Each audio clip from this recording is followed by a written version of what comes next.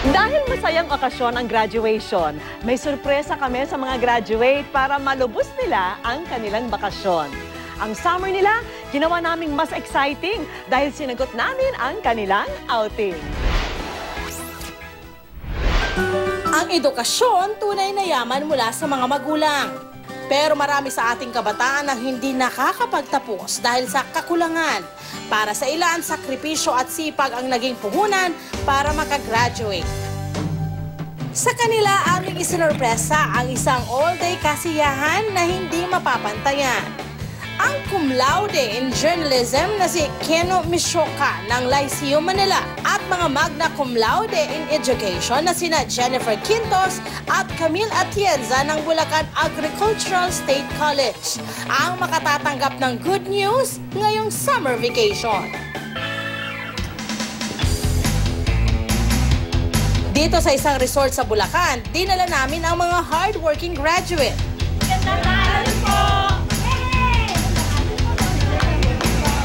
Siyempre, para kumpleto ang kanilang saya, ang mga mahal nila sa buhay, isinama nila.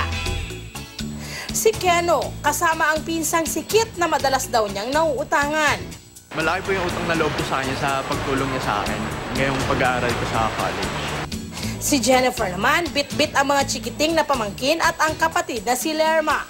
Siya po yung napili ko isama kasi po, isa po siya sa nag-sacrifice po para makatulong po sa akin sa pag-aaral ko, sa mga pag-a-apply sa mga scholarship.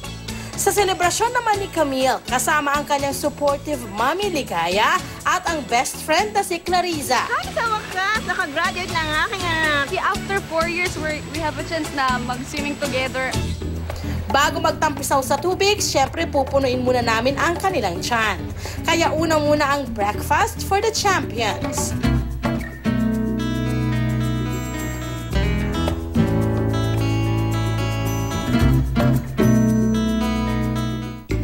Habang busy sina Keno at Jennifer, ang grupo naman ni Camille abala sa view.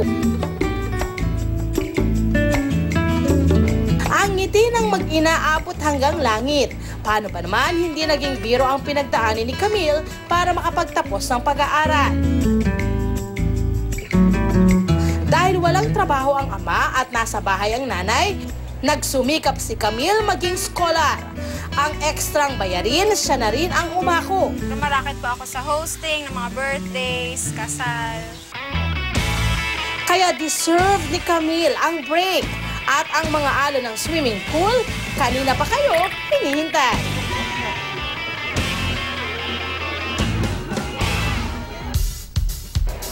Pagkatapos kumain, iba naman ang inatupag ng magpinsang ito.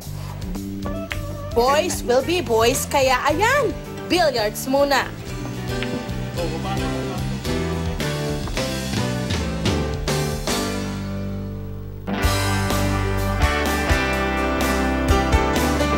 Sa slide, ibinuhos ng magpinsan ang kanilang energy.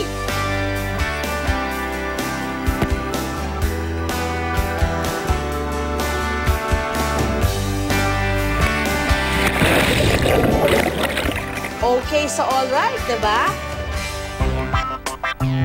Ngayon lang din daw nakapag-celebrate si Jennifer pagkatapos ng kanyang graduation.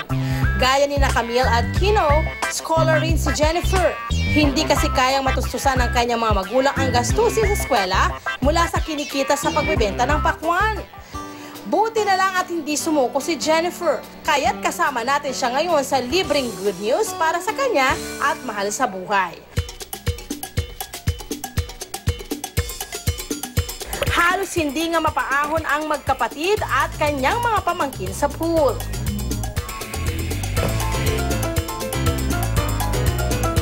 Para kumpleto ang bakasyon, nag-relax din sila sa kanilang mga kwarto. Salamat! Ay, hindi nakalating din! Kita nyo naman, todo max talaga ang bonding moments.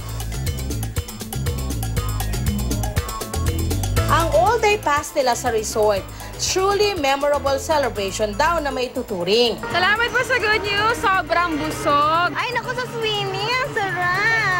Ay, yung slide, sobrang sarap. Ilang ulit kami, paulit-ulit lang. Umpisa pa lang yan ang inyong mga celebration. Dahil ngayon nakapagtapos na kayo, marami pa kayong mararating sa buhay. Congratulations mga skolar! Naway maging inspirasyon kayo sa mga kapwa nyong kabataan.